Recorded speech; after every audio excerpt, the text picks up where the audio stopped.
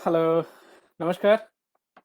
स्वागत है आप सबका आज 12 जुलाई 2020 की शाम और जैसा आप सबको कल रात ही समाचार मिल गया होगा कि सदी के महानायक हम सबके बहुत चहेते अमिताभ बच्चन जी और दुःख की बात उनकी पूरी फैमिली ऑलमोस्ट कोरोना से अफेक्टेड हो गए हैं। उनके बेटे, उनकी बहू, उनकी पोती, तो आप सबके साथ हम भी उनके जल्दी स्वास्थ्य लाभ की कामना करते हैं और साथ के साथ ये भी पता चल रहा है कि ये जो बीमारी जो है ये पैसे, पढ़े-लिखे, कितने आप रसूख वाले हैं, इन सब चीज़ों से इसका कुछ मतलब नहीं है, हाई विकी।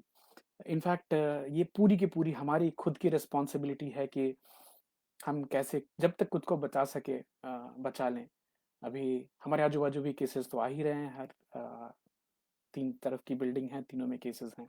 तो भगवान से प्रार्थना है कि आप जितने लोग सुन रहे हैं और आप सबको भगवान सुरक्षित रखे, आपकी फैमिली के लोगों को सुरक्षित रखे और अमिताभ जी को और उनकी पूरी फैमिली को जल्दी से जल्दी स्वास्थ्य लाभ हो। तो इस कामना के साथ हम आज की जो बातचीत है उसको शुरू करते हैं और हमने आपको जो मैसेज छोड़ा था तो हमने बोला था कि ये जो अ, वैदिक काल था, अभी जब ही वेद का समय था, जब ही हम हड़प्पा इंडस वैली सिविलाइजेशन जिसको सिंधु घाटी सभ्यता कहते हैं। सिंधु घाटी सभ्यता के खत्म होने के बाद जो वैदिक पीरियड शुरू हुआ, उस समय में लोग क्या खाते थे? क्योंकि हम सब तो वहीं से आए हुए हैं। अब भारत के अब जिस हिस्से में आप हैं हमारी सबकी ओरिजिन वहीं से हम घूम-घूम कर गए हैं। तो हमने सोचा चलिए इसके ऊपर थोड़ी रिसर्च की जाती है। तो अभिनव जी स्वागत है आपका। अभी देखनी बात ये है कि आयुर्वेद जिसको साइंस ऑफ लाइफ बोलते हैं, ये कब लिखी गई? तो ये आयुर्वेदा एक उपवेद है अथर्ववेद की और वेद की आप अगर काल देखें तो अगर मैंने थोड़ा कैलकुलेशन किया और ये रिसर्च भी की कि अभी से कुछ 3500 साल पहले की बात है। 3500 साल पहले की बात है, जब ही वैदिक पीरियड की शुरुआत बोलते हैं। सबसे पहले ऋग्वेद का जिक्र है और उस ऋग्वेद के बाद यजुर्वेद, सामवेद और अथर्ववेद आए। यहाँ कहा जाता है कि कुछ एक 2500 साल पहले तक रामायण महाभारत भी हुई, हालाँकि इसके ऊपर में कन्फर्म्ड नहीं है। अभी जो आयुर्वेदा है, अब ये एक ऐसी नॉलेज है जो कि जनरेशन से जनरेशन पास ऑन हुई है। अब तो लिखा तो बाद में गया, लेकिन कोई भी आदमी इसको बताने वाला नहीं है कि ये कब शुरू हुआ। क्योंकि अ, पहले तो लिखने से पहले श्रुति चलती थी, एक-दूसरे को सुनाया। नमस्कार पापा, स्वागत है आपका। तो जो ऋषि थे, वो अपने बच्चों को सुनाते थे, वो अपने बच्चों को सुनाते थे, तो लिखना बाद में आया। उसके पहले से तो एक्चुअली कब से चल रही है वेद की शिक्षा और कब से आयुर्वेद चल रही है, इस पे कुछ सहमति नहीं है, बट मोटा-मोटा अंदाज़ा है कि 3500 साल पहले की बात है। अब आयुर्वेद जो है इसमें खाने को खाली पेट भरने के लिए नहीं देखा जाता है, 2 चीज़ों के लिए देखा जाता है कि खाना आपके शरीर को कैसे न्यूट्रिशन दे और कैसे आपके दिमाग को भी, माइंड को भी अ, शक्ति दे, न्यूट्रिशन दे। और खाना बनाना भी हमें इस तरह से है जिसमें कि हमारी अ, मन को और शरीर को दोनों को न्यूट्रिशन मिले और ये खाने को खाली खाना पेट भरने के लिए नहीं मान के आयुर्वेदा में इसको सोर्स ऑफ हीलिंग पाया गया है और बोला गया है। तो ये भी बोला जाता है कि फूड एज़ अ मेडिसिन अभी वेस्टर्न कल्चर में लोग बात करने लगे हैं, बट हम और आप उस जगह की संतान हैं, हम और आप उस जगह के रहने वाले हैं, जहाँ पे 3500 साल पहले इस बात को जानने वाले लोग थे, जिन्होंने इसको लिखा। कहीं न कहीं लेकिन गलती क्या हो गई है, ये जो नॉलेज जो सहज रहनी चाहिए थी, सबको आसानी से मिलनी चाहिए थी, ये कहीं खो गई। और दुःख की बात है मैं अभी आज कुछ भी रिसर्च करता हूँ, तो मुझे इंडियन सोर्सेज़ नहीं मिलते हैं। ये सारे वेस्टर्न सोर्सेज़ से मुझे ये सब जानकारी निकल के लानी पड़ती हैं। यहीं की किताबें, हमारी किताबों पे उनका विश्लेषण, उसको सिंपल भाषा में तोड़कर समझाना, बताना, ये सब विदेश में ज़्यादा हुआ है, हमारे यहाँ कम हुआ है। संध्या जी कुछ लिख रही हैं, topic is interesting however I am in another Zoom meeting. Sandhya ji आप बिल्कुल जॉइन कीजिए उसके बाद और रिकॉर्डिंग देखिए, फिर कमेंट भी कीजिएगा, बताइएगा हमें कैसी लगी आपको आपकी टॉपिक। तो खाना जो है इसको बोलते हैं कि ये मोस्ट एसेंशियल है सस्टेन करने के लिए एक अच्छे जीवन को। अभी अगर आपने इसको एक मात्रा में खाया तो ठीक है, लेकिन अगर वो मात्रा खराब हो गई और खाना क्या खाना और क्या नहीं खाना उसमें अगर आप ख़्याल नहीं रखें, तो बताते हैं आयुर्वेदा में कि बहुत सारी बीमारियों का जो मूल कारण है, वो गलत समय पर ज़्यादा खाया गया खाना हो सकता है। साथ में आयुर्वेदा में ये भी लिखा गया है कि ये जो खाने से किस चीज़ में फ़ायदा है, किस चीज़ में नुकसान हो रहा है, इस बात की जानकारी हर एक इंसान को होनी चाहिए। सद्गुरु अक्सर बोलते हैं कि हम कार खरीदते हैं, हम बाइक खरीदते हैं, तो हम यूज़र मैनुअल पढ़ते हैं, बट हमने अपना खुद का यूज़र मैनुअल पढ़ा है क्या? तो एक तरह से ये जो साइंस है आयुर्वेदा की, इसमें एक इंसान को अपना यूज़र मैनुअल अपनी प्रकृति के हिसाब से, और आपकी प्रकृति भी आएगी इसमें, आपका गुण भी आएगा। तो ध्यान दीजिएगा और आपके कमेंट्स लिखते रहिएगा कि इसमें से किस चीज़ में आपको इंटरेस्ट आ रही है, कौन-सी चीज़ आपको अच्छी लग रही है। तो आयुर्वेदा में 3-4 चीज़ों की बात होती है, आहार की बात होती है। आहार मतलब भोजन, और ये बोलते हैं कि जो भी आहार है, वो 5 महाभूत से ही बने हैं, जिसकी हम पहले बात कर चुके हैं। अ, पृथ्वी, अग्नि, जल, आकाश, वायु। और ये बोलते हैं हर भूत को पचाने के लिए भूताग्नि होती है, वो शरीर के अंदर ही होती है, और ये हमारी अंतरग्नि, हमारे शरीर के अंदर में जो फायर होती है, डाइजेस्टिव फायर, उससे हम खाने को पचा पाते हैं। तो एक डॉक्यूमेंट का नाम है अष्ट आहार विशेष। अब इसमें 8 एस्पेक्ट्स ऑफ डाइटेटिक्स बताए गए हैं कि खाने में, खाना खाने से पहले हमें किन 8 चीज़ों का ख्याल रखना चाहिए। बताइए, ये तो पहले मुझे नहीं मालूम था। आप लोगों में से कितने लोगों को मालूम था? ये मुझे बताइएगा, मेरे लिए इंटरेस्टिंग होगा। पहला है, खाने की जो वस्तु है, उसकी प्रकृति कैसी है? नेचुरल क्वालिटीज़ क्या हैं, जो आप खाने जा रहे हैं? कारण क्या है? कारण मतलब उस खाने की चीज़ की प्रोसेसिंग कैसे हुई है? तीसरा, समयोग क्या है? समयोग, कॉम्बिनेशन, किस चीज़ के साथ मिलाकर आप खा रहे हैं उस खाने की वस्तु को?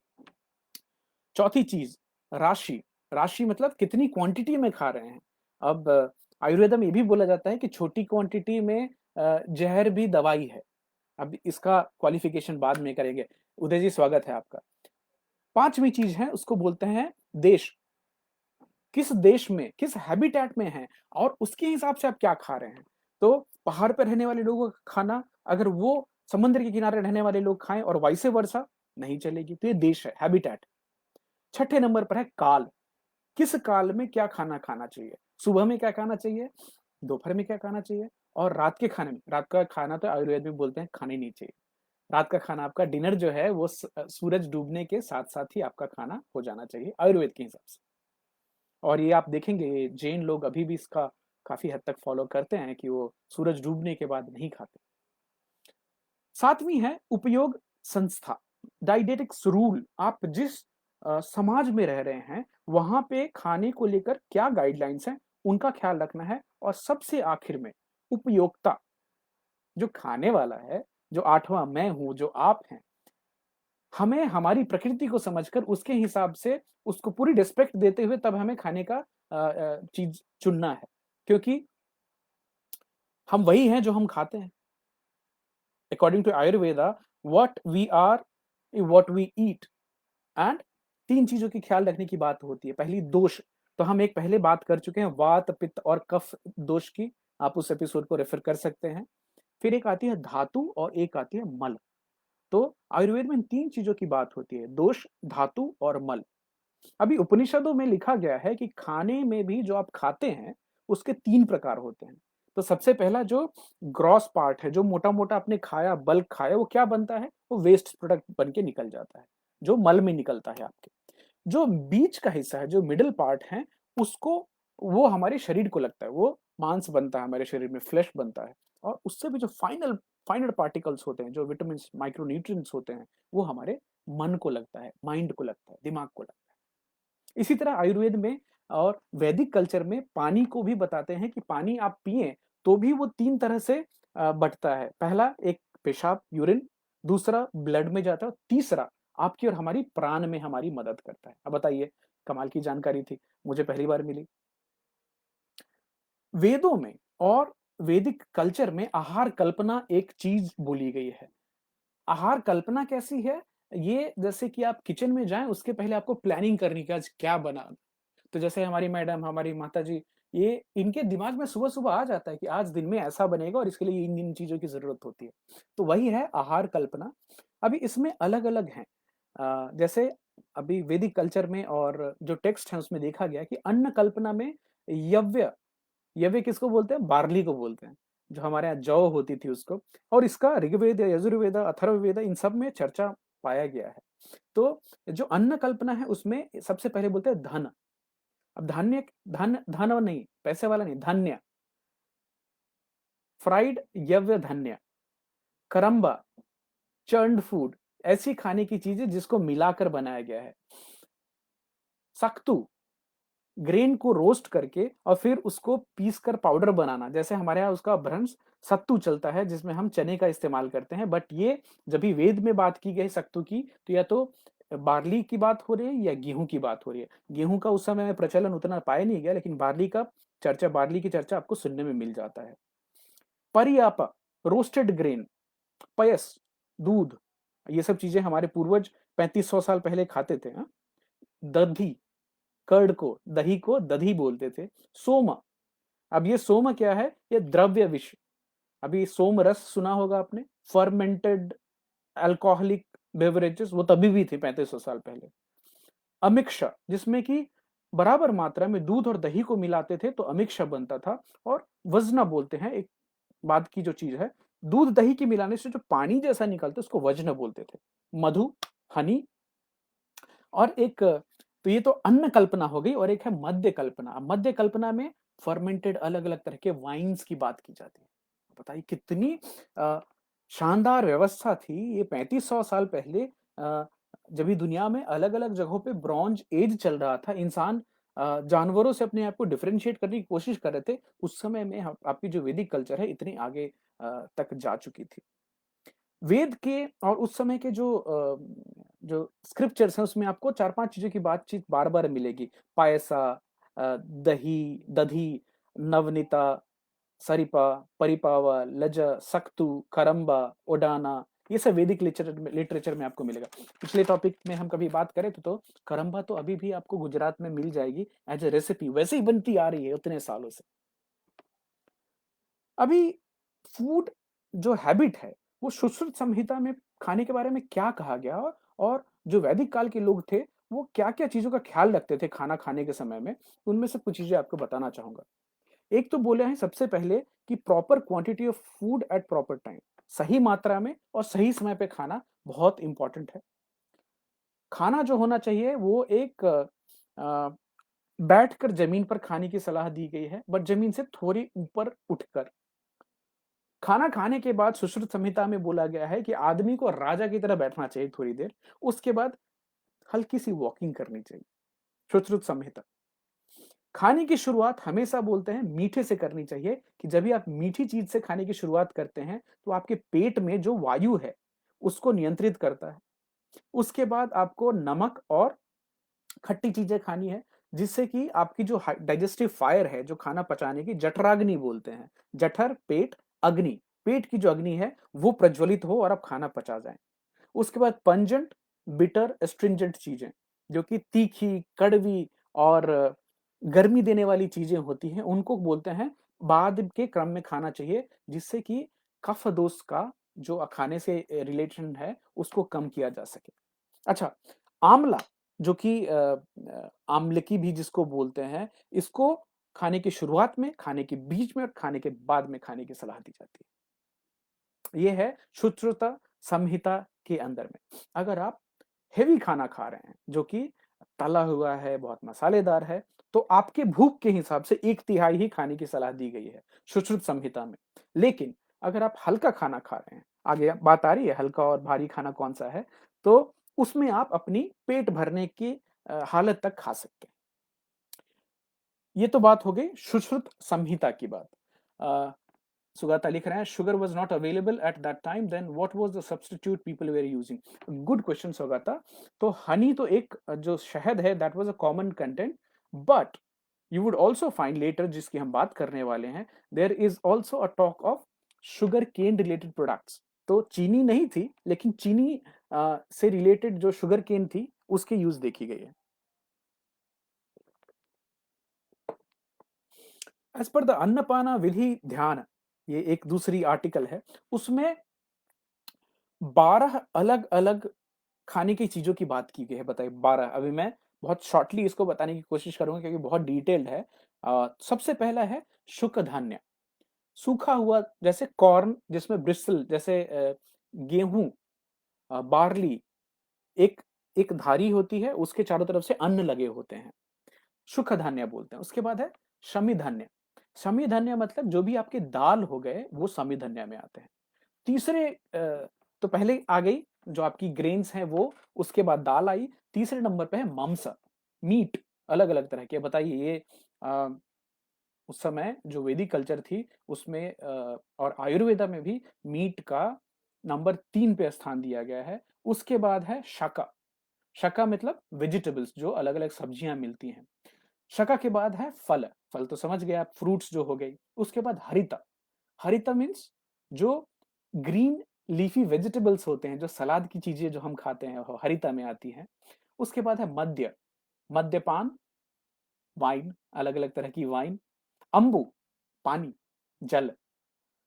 उसके बाद अम्बु के बाद है गोरस, गोरस मतलब डेयरी और डेयरी से रिलेटेड जो भी आइटम्स होते हैं उनको गोरस बोलेंगे। और याद कीजिएगा ये हम बात कर रहे हैं चरक संहिता की, ये तभी की जो डॉक्यूमेंट है उसके अंदर भी इतनी चीजों की चर्चा की गई है। इक्षुविकार, अभी सौगाता आप जो पूछ रहे थे, शुगर केन रिलेटेड प्रोडक्ट को इक्षुविकारा बोला गया है। पापा लिख रहे हैं शक्कर और खाड़ का प्रयोग होता था। जी हाँ, जो चीनी से जो मिट्ठा बनाते थे, गुड़ बनाते थे, उसके इस्तेमाल की बात देखी गई है। और शहद उसके भी पहले देखी गई है कि शहद का इस्तेमाल वैदिक काल में देखा गया है। एक और चीज आप देखेंगे इन चीजों में जिन जिन चीजों की बात हो रही है, आपके पूजा पाठ में इन चीजों का कहीं ना कहीं इस्तेमाल आप देखेंगे। अब जो चीजें 1600 बाद में आ गई हैं, प्याज आई है बाहर से, आलू बाहर से आया है, मिर्ची आई है, तो इन सब चीजों का जिक्र नहीं है कुछ भी वहां पे। मतलब ये सोचिए कि अकबर अकबर के आने के बाद, मुगल काल के बाद बहुत सारे खाने की चीजें हमारे यहाँ, जैसे टमाटर आ गई, हमारा नहीं है वो, बाहर से आया है। अभी देखिए ये जो हमने 12 खाने की चीजों की बात की है, ये इतनी इंटरेस्टिंग है और इसमें एक-एक जो सुखधन्य है, जो मांस है, उसमें भी अलग-अलग वेरिएशंस हैं। तो हम किसी दूसरे दिन एक डिटेल में टॉपिक में बात करेंगे आप सबसे कि आयुर्वेद के हिसाब से खाने की कौन सी चीजें वैदिक काल में हमारे पूर्वज खाया करते थे। और मजे की बात, स्वागत है हर्षल जी और सौरभेंद्र। ये सब जो बातें जो हैं, ये सब कहीं इतिहास के पन्नों में गुम हो गई। तो हमें ढूँढ-ढूँढ कर निकालना है और खासकर अपने बच्चों को बताना है कि वो जानें और इसको, और अपने डे टू डे लाइफ में बहुत सारी जो हम वेस्टर्न चीज़ों को ब्लाइंडली फॉलो करने लगते हैं, तो हाथ जोड़कर क्षमा, हमारे जितने भी शिक्षक हैं, माता-पिता, दादाजी, बहुत सारी चीज़ें बचपन से पता थी। अभी जो रिसर्च हो रही है, पढ़ रहे हैं, तो पता चलता है नहीं भाई बात तो सही थी। और अभी science, western science, the literature सब में घूम के हम वापस जा रहे हैं। आपको ये जानकर इतनी आश्चर्य की बात लगेगी, आप आयुर्वेद से रिलेटेड कुछ भी सर्च करने जाएं, आपको एक ढंग की वेबसाइट इंडिया से नहीं मिलेगी। सारी वेबसाइट यूएसए की हैं, यूके की हैं, कमर्शियल इंटरेस्ट भी है, कमर्शियली उसको इस्तेमाल भी करते हैं, लेकिन जिस तरह से नॉलेज को सहेज कर संभाल कर रखा है, आप फ्री में नॉलेज वहां से ले सकते हैं। हमारे यहाँ इसकी कमी है, तो उम्मीद है इसमें आगे कुछ और किया जाएगा। कुशवाहा जी स्वागत है आपका। तो हमने बात की कि चरक संहिता के हिसाब से 12 अलग-अलग खाने की कौन-सी चीजें हैं जिनकी बात की गई है। अब अष्टांग हृदय नाम की एक किताब है, उसमें खाने की जो हैबिट है उसके बारे में क्या लिखा गया है। और वाघ भट्टाचार्य नाम के एक संत हैं, आप फिलोसोफर बोल सकते हैं, उन्होंने लिखा है कि खाना जमीन पर बैठकर खाना चाहिए। अब फिर याद करते तो याद आता है कि अरे हाँ, हमारे यहाँ तो खाना हम जमीन पर बैठकर ही खाते थे। हालाँकि एक और चीज़ उसमें लिखा गया है कि खाना जो है वो ज़मीन के सतह से थोड़ा ऊपर उठा रहना चाहिए। मतलब एक और चीज़, तो आप भी बैठे एक लकड़ी के पीढ़े पे या आप ज़मीन पर बैठे, लेकिन आपका खाना एक ज़मीन से थोड़ा ऊपर रहना चाहिए। अ, ये इसलिए बोलते हैं कि आप ज़मीन पर बैठकर जब भी खाना खाएँगे तो आपकी जठराग्नि जो है, जो डाइजेस्टिव फायर है, वो तेज होती है और आप खाना पचा पाते हैं। दोपहर में हल्का खाना खाने की सलाह है। खासकर जूस लें, बटर मिल्क लें, इनकी अच्छी बात है।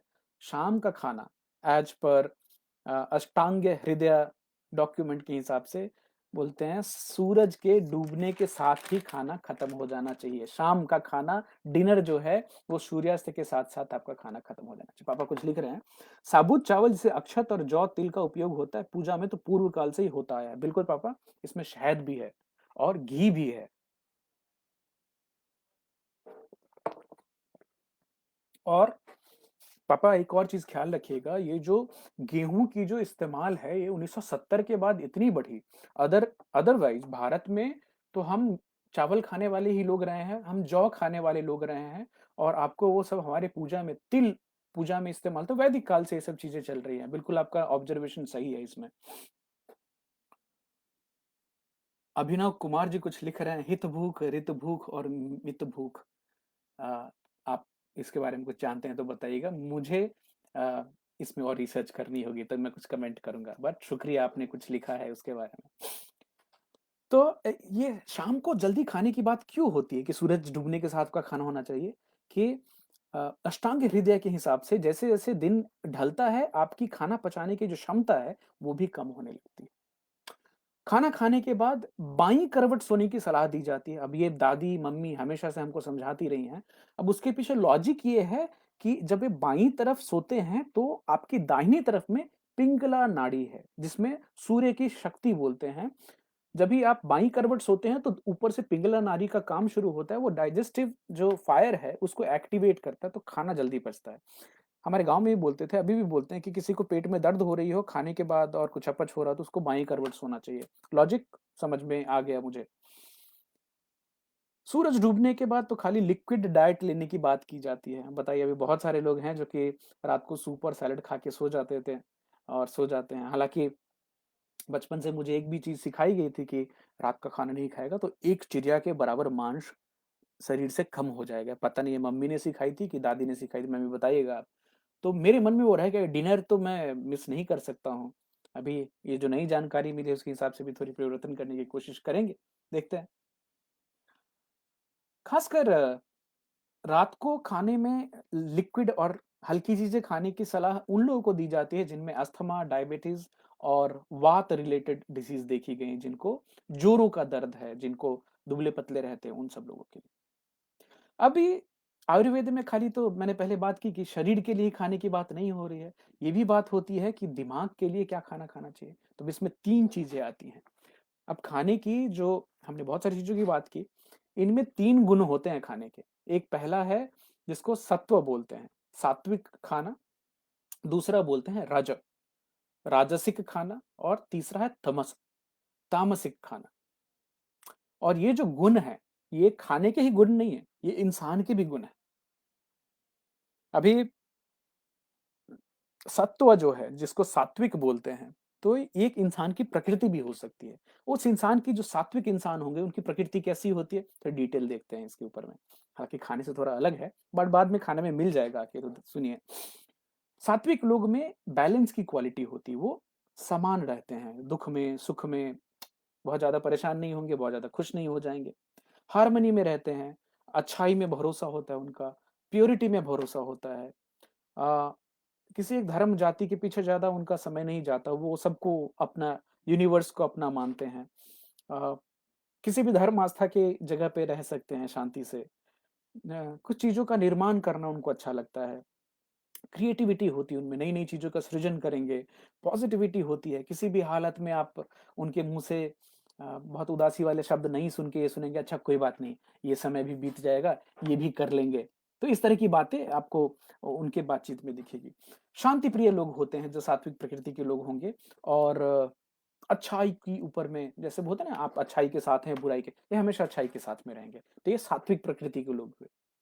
अभी दूसरी प्रकृति है, वो है राजसिक प्रकृति। अब राजसिक मतलब राजा, रज, ये पैशन की क्वालिटी है। जी, ये लोग उत्साही होते हैं। इनको एक्टिविटी चाहिए, हमेशा कुछ न कुछ करते रहना है। सही गलत बाद में आता है। कभी ये सही के साथ भी हो सकते हैं, कभी गलत के साथ भी हो सकते हैं। बट इनमें एक चीज़ देखी गई है, ये खुद के आजू-बाजू ही हमेशा सोचते रहते हैं। सेंटर ऑफ यूनिवर्स मैं हूँ, तो मेरी वजह से सब कुछ है, इनकी ऐसी सोच होती है। राजीव जी, सॉरी की कोई बात नहीं, आप बिल्कुल सही समय पे आए हैं, और वीडियो देखिएगा और फिर कमेंट कीजिएगा। स्वागत है आपका। तो जो राजसिक प्रकृति के लोग हैं, वो उनमें सेल्फ सेंटर्डनेस होती है कि मैं हूँ तो सब कुछ है। थोड़ी इगोइस्टिक भी होंगे, इगोइज़्म होएगी। हर चीज़ में अपना फ़ायदा देखने की कोशिश रहेगी पहले। ड्रिवननेस होती है उनमें, कोई चीज़ अगर सोच लें कि ये करना है तो उसको करने के पीछे लग जाते हैं, राजा के लक्षण हैं। मूवमेंट पसंद है उनको, शिकार करेंगे, खेत करेंगे, जाएँगे, घूमेंगे, ये सब डायनामिक होते हैं। बहुत सारी चीज़ें एक साथ कर पाएँगे ऐसे, तो ये राजसिक प्रकृति के लोग हो गए। सबसे आखिर में है, आखिर में इसका मतलब बुरी नहीं है, तामसिक, तमस, ये इम्बैलेंस की प्रकृति है। इसमें जो लोग होते हैं, इनकी लाइफ में या ऐसे लोगों में कियोटिक होती है।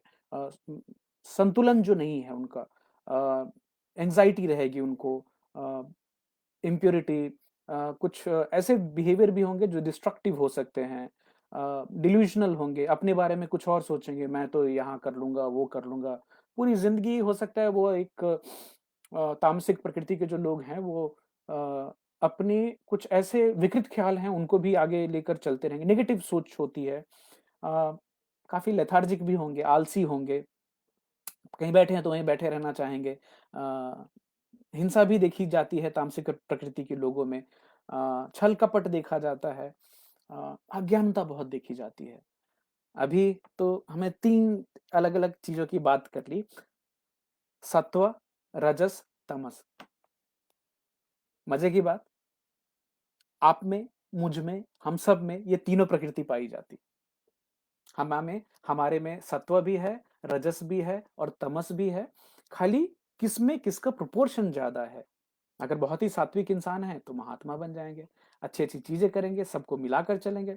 राजसिक हैं जो तो उनको प्लेज़र भी चाहिए, साथ में पैशन भी है। तामसिक हैं तो हम सब में तामसिक प्रकृति है, लेकिन किसी में अगर वही मात्रा जो है, वो प्रकृति बहुत ज़्यादा बढ़ जाए, जैसे हम वात, पित्त, कफ की बात कर रहे थे, उसी तरह ये गुण हैं। वात, पित्त, कफ दोष हैं और ये सात्विक, राजसिक और तामसिक ये गुण हैं। ये आज की बात नहीं है। 3500 साल पहले और आज आप अपने आजू-बाजू में, अपने मित्र में, अपने परिवार में, आप जहाँ काम करते हैं वहाँ आप देखें, ध्यान दें तो आपको इन तीनों तरह की प्रकृति वाले लोग मिल जाएँगे। तो कई बार कई लोगों ने कैसे कमेंट भी किया कि वो तामसिक है। तो आज ये डेफिनिशन देखने के बाद और पढ़ने के बाद ऐसा लगता है कि अ, सही बोला है, अच्छा है ये। अच्छा पापा लिख रहे हैं इंस्टाग्राम पे नहीं आ रहा है। यहाँ तो लाइव दिख रहा था, एक बार वापस कोशिश करता हूँ चालू करने की।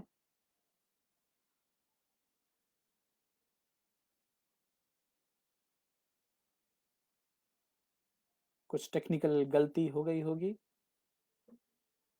देखते हैं। अभी शायद देख पाएँ, हालाँकि आज की टॉक तो ऑलमोस्ट आखिर तक जा रहे हैं हम लोग। तो हम बात कर रहे थे 3 दोष और 3 गुण की। दोष मतलब वात, पित्त, कफ और गुण में हमने बात की राजसिक, तामसिक, राजसिक सॉरी सात्विक, राजसिक और तामसिक की। अब हम हमारे अंदर में ये तीनों प्रकृति हैं, पाई जाती हैं। अभी आपको मैं कुछ लाइन पढ़कर सुनाने वाला हूँ, इस पे ध्यान दीजिएगा। ऐसे काम जो कि पवित्रता के साथ किए जाएँ, जिनको पूरी तरह सोच कर किया जाए, जिसमें आपकी अटैचमेंट नहीं होती है कि आपने कोई काम किया और आपके मन में ये नहीं चल रहा है कि इसका क्या रिज़ल्ट आएगा, वो रिज़ल्ट अच्छा होगा कि बुरा होगा। जब भी आपने ऐसा कार्य किया तो उसको सात्विक काम कहते हैं।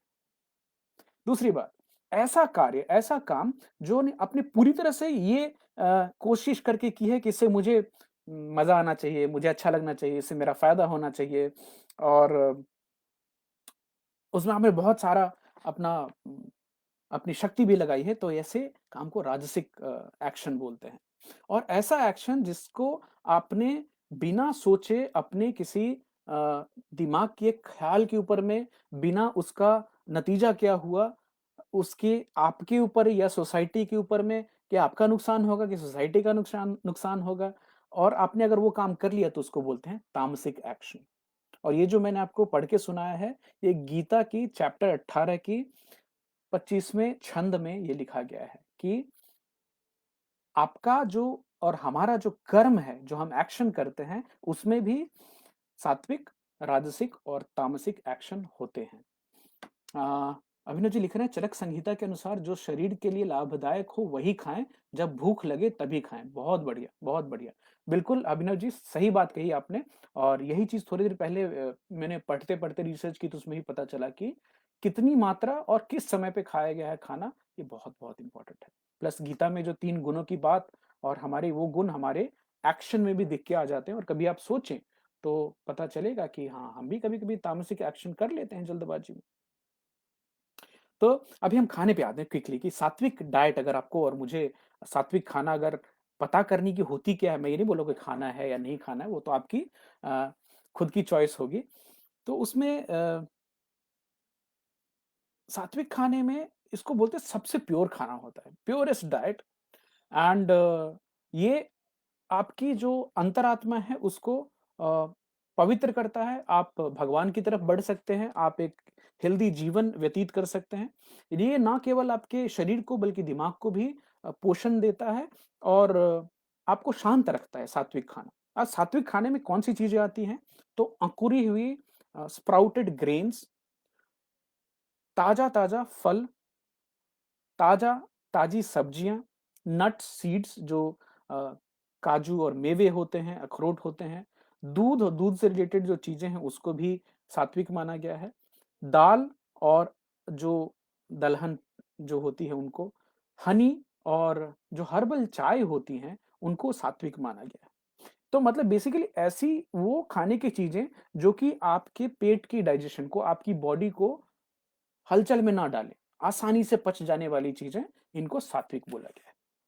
राजसिक क्या होता है? राजसिक डाइट ऐसी चीजें जिनको खाने के बाद आप में पित्त और वात दोनों बढ़े। इन खानों को खाने के बाद एंगर बढ़ सकता है, गुस्सा बढ़ सकता है, बेचैनी बढ़ सकती है लोगों में, क्योंकि ये खाना अंदर जाकर के जो आपकी अग्नि है उसको और जठराग्नि को और तेज करता है।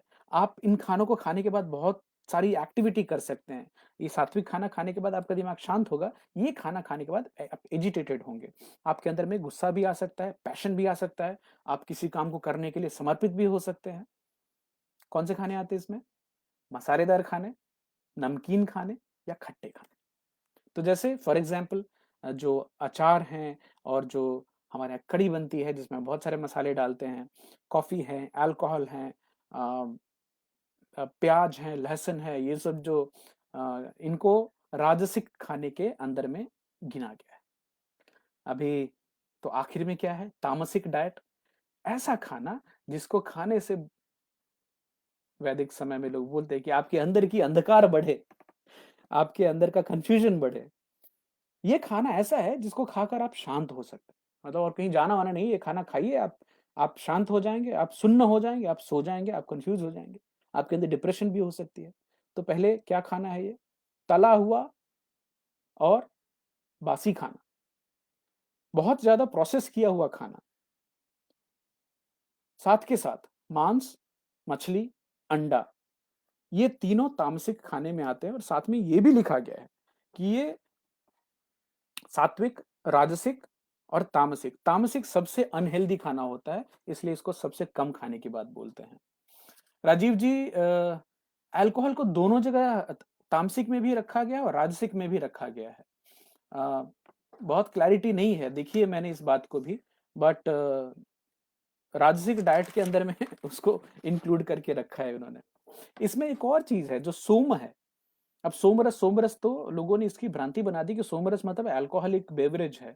अब सोम के बारे में कंफ्यूजन बहुत सारी है। ये एक तरह का पौधा है, कई जगह बोला कि एक तरह का मशरूम होता है जिससे कि गोल्डन कलर की लिक्विड निकलती थी जिसको वो लोग दूध में या शहद मिला करके पीते थे, जिससे जो सोमरस पीने वाला आदमी होता था वो हमेशा जवान रहते थे। ये सब तो बहुत क्लैरिटी नहीं है उसके, शायद हो सकता है वो पौधा मिस हो गया, हमसे निकल गया, नहीं है।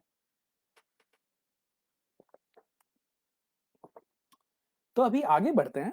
और उस समय जो अ, वैदिक समय में जब ये लोग खाना बनाते थे और खाते थे तो क्या-क्या चीज़ें एग्ज़ैक्टली खाते थे और किस तरह की कुकिंग होती थी, उसके ऊपर में थोड़ा हमने देखा कि ट्रेडिशनल डाइटरी प्रिपरेशन क्या थे और आयुर्वेद में भी जिनकी चर्चा की गई है।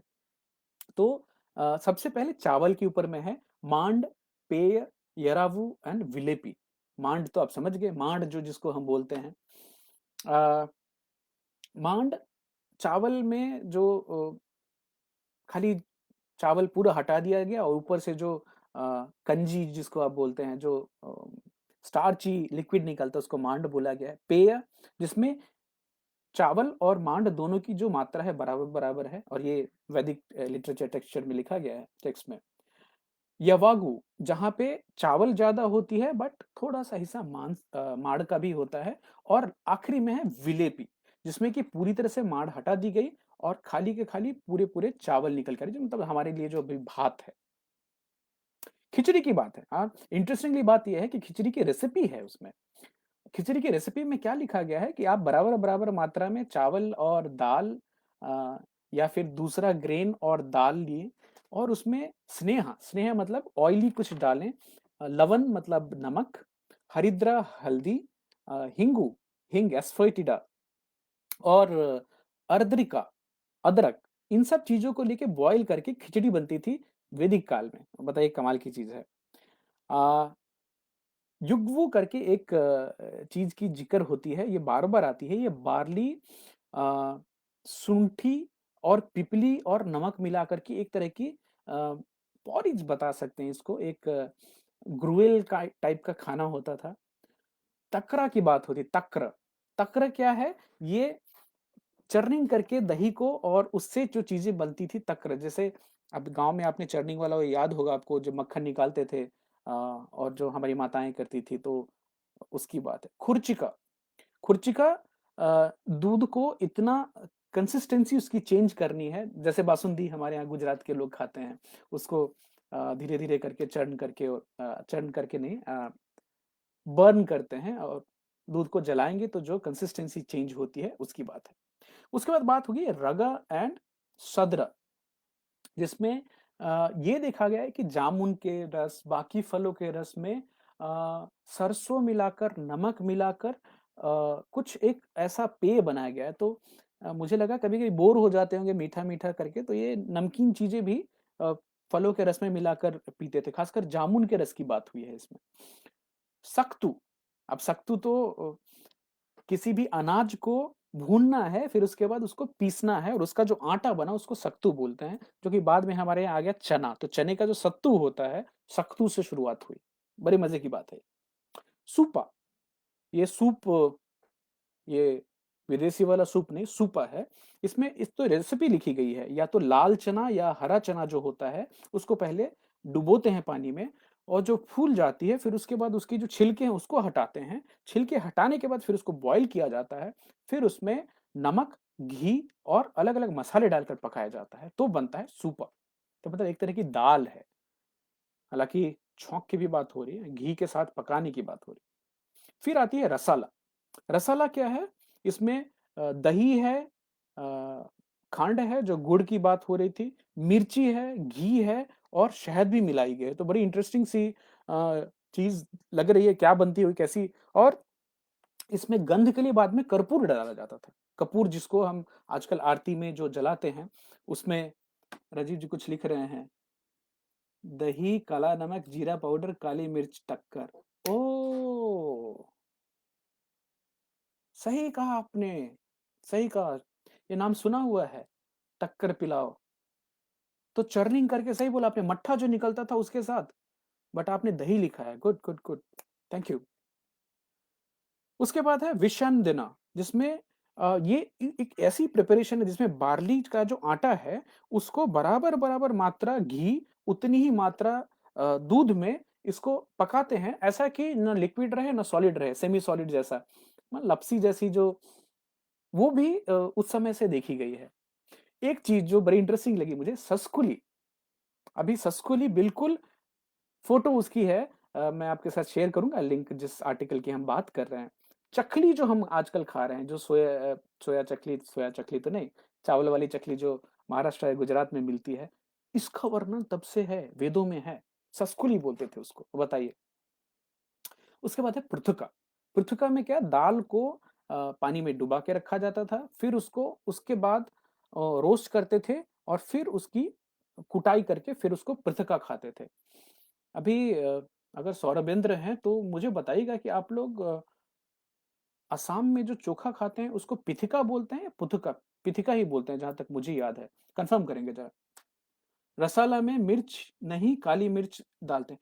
बिल्कुल सही बात है। ये देखिए, मिर्च तो बाद में आई है, बहुत बाद में। हमारे यहाँ मसालों में पिपली का देखा गया है, और मिर्च जहाँ भी चर्चा है वैदिक कल्चर में, तो खाली वो काली मिर्च की ही बात हो रही है। क्योंकि लाल वाली मिर्च बहुत बाद में आई है, 1600, अभी मतलब 400 साल पहले भारत में आई है, और हम तो बात कर रहे हैं 3500 साल पहले की। राजीव जी, थैंक यू सो मच। अभी देखिए, एक और रेसिपी है जिसमें बहुत सारे लोग के कान खड़े हो जाएंगे। अब है मामसा रसा। मामसा रसा मतलब मीट के टुकड़ों को पानी में डाल के उबाल कर काफी स्लो फायर पे, और बाद में उसको सेवन किया जाता था। आयुर्वेद में इसको सबसे पौष्टिक खाने में से एक खाना बताया गया है। तो मैं कभी बाद में एक टॉपिक पे बात करूंगा कि आयुर्वेद में और वैदिक कल्चर में नॉन वेजिटेरियन फूड के ऊपर में क्या क्या सोच थी, और कैसे ये बाद में वेजिटेरियनिज्म की तरफ से इंडियन कल्चर में हम आगे बढ़े हैं। सरबिन शर्मा बता रहे हैं पितिका। तो अ, सौरभ देखना, ये पितिका हमने जो खाई थी असम में आपके साथ, तो पितिका में वेजिटेबल भी पितिका होती है, बाकी भी दूसरे चीजों की होती है। ये देखो, पृथिका वैदिक कल्चर से जो निकल के आई, वही जो भाषा चली आ रही है। बड़े मजे की बात है। तो मांसरासा इज काइंड ऑफ मटन डाल के गोट का इस्तेमाल होता था उस समय में, और उसका जो सूप बनाया उसको मांसरासा बोलते हैं। उसके बाद एक है विषाव्य, विषाव्रा। विषाव्रा क्या है? ये बोनलेस मीट होता था, जिसको पहले उबालते थे और फिर उसको पत्थर पे कूटते थे। तो एक तरह से उसको कबाब के लिए जैसे हम नहीं बनाते, कीमा बनाते हैं, तो लेकिन ये बॉईल करने के बाद उसको बाद में उसमें गुड़, घी, पिपली, काली मिर्च चूर्ण, शुंठी और संधव नमक, सेंधा लवण जो होता है, वो डाल करके एक स्पाइसी रस बनता था। तो ये 3500 साल पहले की रेसिपी है। बताइए, 33,500 years back, that kind of cuisine and culture was there in the Vedic tradition. मैंने आज के लिए एक और चीज रखी थी, लेकिन मुझे ये रिसर्च करते करते लगा कि मैं इसको खत्म करते करते हमारा जो समय है वो ले लूंगा। तो चावल में और गेहूं में किसको हमें प्रेफरेंस ज्यादा देनी चाहिए, ये हमारे कल्चर में और अभी की करंट साइंस में क्या कहा जा रहा है, ये हम अगले टॉपिक में लेंगे, जिसमें हम, जिन लोगों को भी इंटरेस्ट है ग्लूटेन में, जिन लोगों को भी ये दुरुम व्हीट पता हो, याद कीजिएगा। पहले गेहूं के अलग अलग प्रकार होते थे, अभी पूरी दुनिया में दुरुम नाम का एक व्हीट है। डॉक्टर बोरलॉग, जिनकी बात आप जानते होंगे, एम एस स्वामीनाथन, भारत में जो ग्रीन रेवोल्यूशन आई है, पूरी दुनिया में ग्रीन रेवोल्यूशन जिन लोगों ने लेके आया, किस तरह से इस एक पौधे ने पूरी दुनिया को अपने कब्जे में ले लिया, एक तरह से समझिए। तो हम बात करेंगे गेहूं के बारे में डिटेल में, और गेहूं और चावल में से किसके प्रेफरेंस ज्यादा होनी चाहिए। तो आज की टॉपिक आज यहीं खत्म करेंगे। पापा कुछ लिख रहे हैं, सत्तू मुख्य रूप से जौ का ही होता था, जो जौ को भूनकर बनता था, जो सतुआनी में भगवान को प्रसाद के रूप में चढ़ाया जाता है। ओ, तो सत्तू जौ का ही रहता था, इसीलिए सत्तू बोलते थे उसको। कमाल की बात है। और हमने तो सत्तू समझा कि बचपन से चने का ही होता है, और देखिए वो जौ बाद में जाके ओट बन के हमारे यहाँ वापिस आ गया। कहाँ से आ गया? ऑस्ट्रेलिया से आता है हमारे यहाँ। एक कंपनी है, वो लेके आती है और उसको पैकेट में बंद करके हमको देती है, और हम लोग उसको खाते हैं हेल्दी मानकर। और जो जौ होता था पहले, हम गाय को खिला देते थे। जय। तो thank you so much everyone. Vicky, thanks for joining. Abhinav ji, स्वागत है आपका, और आपने आज बहुत अच्छी बात सिखाई मुझे, वो भूख वाली। थैंक यू पापा। संध्या जी, बिल्कुल अब बाद में टॉपिक देखें और बताएं कैसा लगा आपको। सुगाता, उम्मीद है मैं आपके सवाल का जवाब दे पाया हूँगा। हर्षल संचेती जी शुक्रिया। सौरविंद शर्मा जी शुक्रिया। Vikas ji, thank you so much. Thank you पापा फॉर योर फीडबैक। हित भूख, रित भूख और मित भूख, मैं रिसर्च करूंगा इसके ऊपर में। अभिनव जी, शुक्रिया आपका। राजीव जी, थैंक यू सो मच। अंचल, आई एम सो सॉरी आप इसको मिस कर गए हैं, but what I will do is I share link to you, so that आप इसको देख पाए वापस, और सुन पाए, सुन भी पाए। मैं वो भी लिंक शेयर करूंगा आपसे। चरक संहिता के बारे में अभिनव जी ने बताया, thank you so much. Mukesh ji, thank you, good evening. Rajiv ji लिखते, अल्कोहल इज राजसिक, सवाल पूछा था आपने। सोमरस एंड अल्कोहल इज डिफरेंट, बिल्कुल सोमरस और अल्कोहल इज डिफरेंट। भ्रांतियां निकाल दी है लोगों ने। तो मध्य, मध्य कल्पना, देखिएगा उसके ऊपर में, तो एक अन्न कल्पना थी और एक मध्य कल्पना। टक्कर की रेसिपी बताई, रसाला बताया आपने। पिथिका के लिए thank you so much, and Mukesh ji thank you so much. Raji ji बोले जौ और जई अलग होता है, थैंक यू जी। जौ बार्ली को बोलते हैं और जई तो हमारे यहाँ घास के लिए इस्तेमाल करते हैं, अगर मैंने जई बोल दिया तो माफ़ी चाहूँगा उसके लिए। So thank you so much, और अगले वीक में मिलते हैं और तभी हम आपसे बात करेंगे, खासकर गेहूँ के बारे में, और आज के डेट में गेहूँ को कम इस्तेमाल करने की क्यों सलाह दे रहे हैं बड़े-बड़े doctor. Thank you so much. अच्छा, अपना ख्याल रखिए, बाहर कम से कम जाइए, बड़े लोगों का, बच्चों का ख्याल रखें। See you all next week, bye bye तक।